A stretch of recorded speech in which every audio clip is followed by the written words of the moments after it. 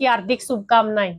आप सभी को पता ही होगा कि 23 दिसंबर चौधरी चरण सिंह जी की जयंती को किसान दिवस के रूप में मनाया जाता है।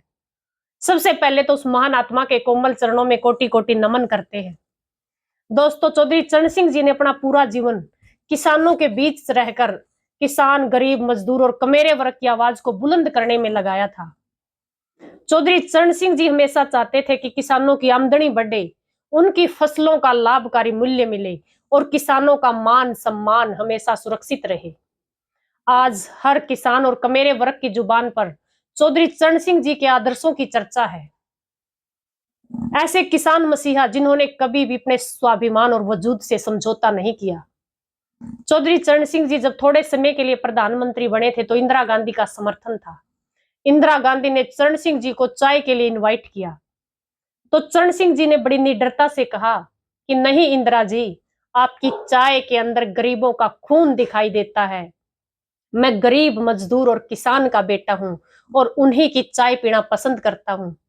ऐसे निडर और बेबाक थे चौधरी चरण सिंह जी। लेकिन आज किसानों के लिए बड़े दुख की घड़ी है। जो सबका पेट भरता आज खुद रोडों पर है, आज खुद अपने हकों के लिए लड़ रहा है। वो किसान जिसे इस धरती पर देवों का स्थान मिला हुआ है, जब जब भी उसने अपने पसीने की कीमत मांगी तो बदले में उसे गोलियां और लाठियां ही मिली। और जब जब इस देश ने सैनिक मांगे तो उन किसानों ने ही अपने बेटे दिए। अरे इस देश में सब कुछ महंगा हो गया, सिर्फ जवान और किसान की जिंदगी इतनी सस्ती क्यों? एक गोली के कारण शहीद हो जाता है तो दूसरा कर्ज के कारण। मैं कहना चाहती हूँ उन सत्ताधारियों से कि आप लोग सिर्फ और सिर्फ एक दिन जवानों और किसानों की जिंदगी जीकर देखो, खुद को महाजन समझना बंद कर दोगे। अरे जिस देश की अर्थव्यवस्था किसानों पर निर्भर हो, जिस देश की जीडीपी किसानों पर निर्भर हो, तो उस देश के किसानों को तय करना होता है कि अब की बार इस देश का विकास होगा या नहीं, सरकारों को नहीं। इस देश का निर्माण नेता और अभिनेताओं से नहीं होता, बल्कि हमारे और जवानों और किसानों की बदौलत है। जब हमारे किसान बड़ी शिद्दत, मेहनत और जुनून से खेतों में अपने औजार चलाते हैं, वहीं हमारे जवान बॉर्डर पर हथियार चलाते हैं, तभी इस देश का निर्माण होता है। लेकिन फिर भी हमारी किसान कौम हमेशा से ही अपने हकों के लिए लड़ती आई है, लेकिन पीछे कभी नहीं हटते। शायद ये सरकारें हमारे पूर्वजों को भूल चुकी है।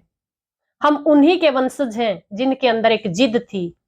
हमारे पूर्वजों के अंदर एक जिद थी इस देश से मुगलों को भगाने की। बाबा दलीप सिंह जी जैसे योद्धा अपना सिर कटवाकर भी जीत गए थे। और एक जिद थी हमारे पूर्वजों के अंदर इस देश से अंग्रेजों को भगाने की। शहीद आजम भगत सिंह जी जैसे क्रांतिकारी फांसी पर चढ़कर भी जीत गए थे। और एक जिद थी हमारे किसानों के अंदर यहाँ से काले कानून हटवाने की। लखीमपुर गिरी के अंदर अपना तन कुचलवा कर भी जीत गए थे।